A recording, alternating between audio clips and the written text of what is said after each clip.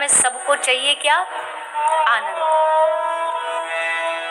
पैसे क्यों कमा रहे? आनंद आ जाए। परिवार क्यों? आनंद से जिए। सब कुछ किसके लिए? आनंद के लिए। पर सब कुछ करने के बाद भी आनंद नहीं मिलता है। जिसको देखो सब रो रहे हैं। कोई किस दुख से रो रहा है, कोई किस दुख से रो रहा है। पर आनंद वास्तविक उसी को प्राप्त होगा जिसके जीवन में कृष्ण और कृष्ण भक्ति होगी। भगवत भक्ति जिसके जीवन में होगी, उससे पूछो कि भैया कैसे हो, तो कहेगा महाराज बड़े आनंद में। भले वो शरीर की परिस्थिति उसकी कैसी भी हो। अभी हमारे श्री राम वृंदावन में बड़े उच्च कोटि के महापुरुष रहते हैं, बहुत भक्ति संपन्न महापुरुष है, ब्रज की निधियों में से एक है फिलहाल वर्तमान में। तो बाबा महाराज की दोनों जो किडनी है वो दोनों फेल हो चुकी, दोनों किडनी काम नहीं करती, और आज से नहीं कई वर्षों से नहीं करती। आदमी की एक किडनी ना हो तो सोचो उसकी क्या हालत होती है। हाय मैं मर गया, हाय मेरा क्या होगा। पर बाबा महाराज की दोनों किडनी बरसों से फेल है और खूब आनंद में जीते। अभी मुश्किल से मुश्किल 5-7 दिन पहले ऑपरेशन हुआ है। ऑपरेशन के बाद 2 या 3 दिन विश्राम किए और 3 दिन पहले से फिर से सत्संग चालू। हाथ में ड्रिप लगी है और बस सत्संग कर रहे हैं। क्यों? प्रेम है, आनंद है। पूछो बाबा जी ठीक हो, स्वास्थ्य अच्छा? बोले भाई खूब प्रिया प्रीतम की खूब कृपा है, बरस रही है कृपा। अब देखो हमको जरा सी उंगली में चोट भी लगे तो उसी को दिन भर अरे दर्द हो रहा है, दर्द हो रहा है, परेशान हो रहे। उनको सारी बीमारी है फिर भी क्या है? आनंद। ये आनंद कहाँ से मिलता है? बाहरी वस्तुओं से नहीं मिलता। अगर बाहरी वस्तुओं से मिलता तो शरीर तो काम कर ही नहीं रहा। पर आनंद भीतर है, भक्ति का आनंद है, इसलिए आनंद में डोल रहे। पकड़ पकड़ के लाते फिर भी आनंद में।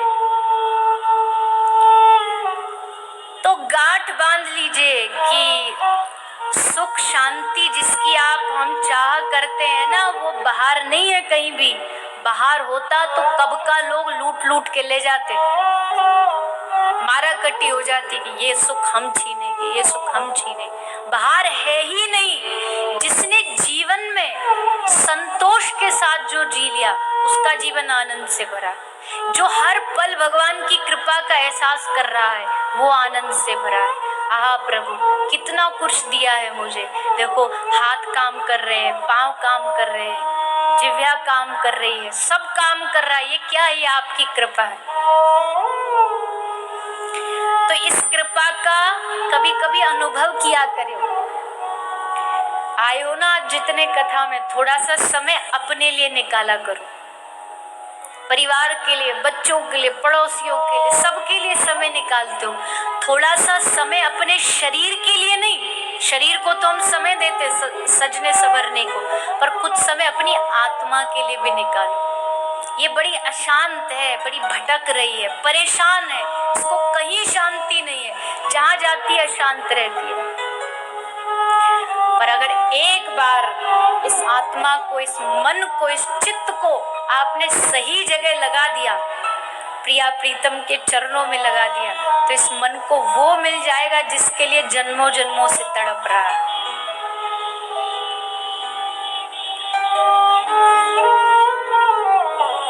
शरीर की खुराक क्या है? शरीर कैसे चलता है? क्या चाहिए शरीर को?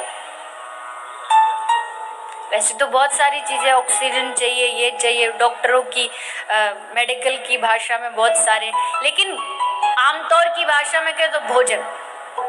भोजन मिलेगा तो शरीर चलेगा। भोजन धीरे धीरे धीरे धीरे कम करो तो शरीर में भी जान चली जाती है, शरीर धीरे धीरे काम करना बंद कर देता है। ठीक उसी प्रकार हमारे मन की खुराक, हमारे चित्त की खुराक है भजन।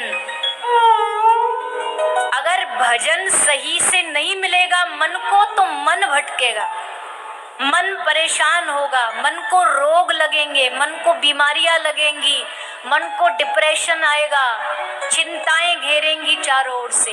ये सारे रोग क्या, ये मन के रोग हैं। और ये हो क्यों रहे हैं? क्योंकि मन को भजन, उसकी प्रॉपर खुराक नहीं मिल रही। मन भूखा है, अभी उसे भक्ति कृष्ण कथा मिली नहीं है सुनने को, इसलिए ये आत्मा भी भूखी है, इसलिए मन बीमार है। जिसे देखो वही चिंताओं से ग्रसित। किसी से पूछ लो भैया सुखी हो, अरे माँ ये प्रश्न तो पूछो ही मत। ये प्रश्न पूछते ही तो फिर दुखों की लिस्ट पूरी लंबी है सबके पास अपनी अपनी। कोई तन दुखी, कोई मन दुखी, कोई धन बिन रहत उदास, थोड़े थोड़े सब दुखी, पर सुखी कृष्ण को दास। ऐसा नहीं कि सुखी नहीं है इस दुनिया में, बहुत लोग सुखी हैं। कौन सुखी है? जो कृष्ण का दास हो, जिसने राधा रानी के चरण पकड़ लिए हो। उनसे पूछो सुख क्या होता है, आनंद क्या होता है। बाकी तो संसार में चारों ओर अशांति है, दुख है, पीड़ाएं हैं। किसी को तन की पीड़ा, और आज कमर साथ नहीं दे रही, घुटने साथ नहीं दे रहे, बीपी साथ नहीं दे रहा, डायबिटीज साथ नहीं दे रही, सारे रोग, सारी बीमारियां।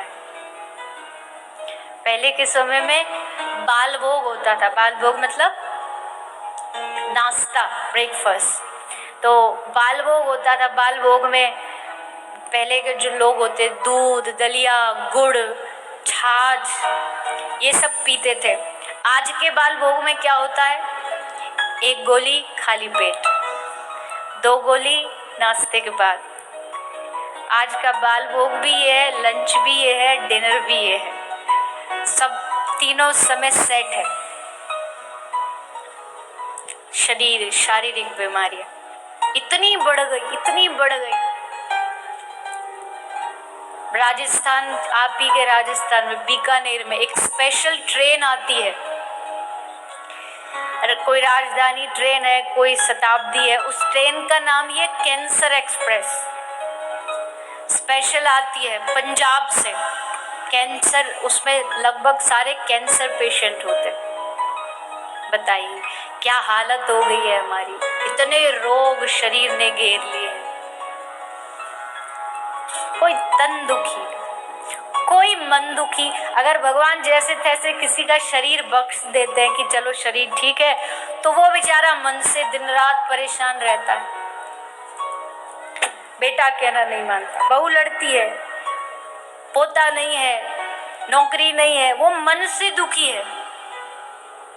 एक मैया आई बड़ी परेशान मेरे पास, बोल रही मेरी बहू मुझसे बड़ी लड़ती है, फिर बोली मेरा बेटा मुझसे बड़ा लड़ता है, फिर मेरा पति मुझसे बड़ा लड़ता है, फिर पड़ोसी भी लड़ते हैं। उनका मैया सभी तुझसे लड़ते, तू किसी से नहीं लड़ती। सभी तुमसे लड़ेंगे और तुम किसी से नहीं। बीमारी शायद खुद में, और हम कहते हैं कि दूसरा चारों ओर हमें परेशान। मन दुखी, कई लोग मन से ही दुखी रहते हैं। और कोई धन दुखी, कोई प्रभु कृपा से जैसे तैसे परिवार भी अच्छा है, सब अच्छे हैं, तो धन से परेशान है। किंतु जिसने भगवत आश्रय कर लिया, जिसने राधा रानी के चरण पकड़ लिए, उसको फिर कहीं भी अशांति नहीं होती।